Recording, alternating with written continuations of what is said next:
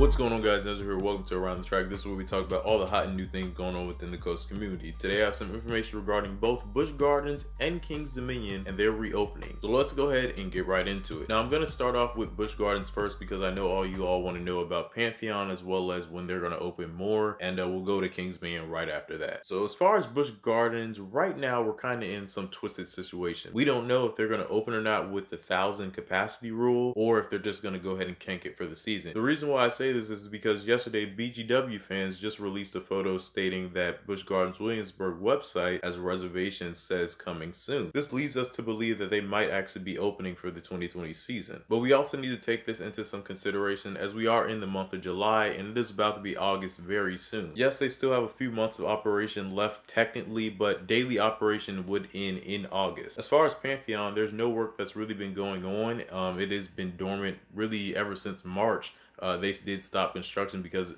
non-essential construction was stopped. If I'm correct though, in Virginia you can restart it. They just haven't done anything yet. They do have like a lot of stuff done, like the bridge and whatnot to get to the area is done. They do have some scenery and whatnot kind of there, but for the most part it's still construction site. The only thing that's done is the track. They haven't tested the ride yet. They've only done like the pull through as far as we know, but I imagine that it won't be opening at all this year. I do wish that they would let members and pass holders just get one ride on it, maybe just like later in the season or something. Hopefully they do, but I imagine it will be opening in 2021. They haven't said anything about Iron Gwazi, but Midway Mayhem has said that they've started testing again on Iron Gwazi. Now that's all that I have for Busch Gardens. Let's go ahead and get right to King's Dominion. Now King's Dominion hasn't said anything since May about their opening, and I personally think that they might be closed for this season. I don't know officially yet. They haven't said anything officially yet, but the one thing I do know is that track was on site and it is already being installed. That's all that I have as of right now, and it's looking like the coaster is going to be short. When I mean short, I mean like probably like maybe a 30 or 45-second ride, if anything. Just from looking at the track and being there myself, it just seems like it's going to be a shorter ride. There wasn't a lot of track there and it's already been moved. Like it was there for 2 days. I have a full update for that coming soon, but yeah, we don't know if King's Dominion is going to be opening at all this year. Now, I do know that some parks in the Cedar Fair chain, like Michigan's Adventure, has closed for the season, but they are going to remain the water park open just for this little bit of time. And that's honestly a short bit of time because Labor Day will be here before you know it. I imagine they're looking at every decision possible because financially they want to try to at least let some guests in. But you all have to realize only having 1,000 people in the park, that is super low. King's Dominion can fit almost 30,000 people in the park. I've been there on days where there's probably been like 2,000 people in the park and it's a ghost town. So hopefully we see something soon, and hopefully we also see some teasing maybe. I don't know if that's going to happen at all this year because other than the people for like the social media accounts like Facebook, Twitter, and Instagram, I don't think they're really promoting anything crazy right now, which makes sense because there's no reason to market anything. That's all that I have for you all today. I know this is a little bit longer, but let me know if you want to see more videos like this by giving the video a thumbs up.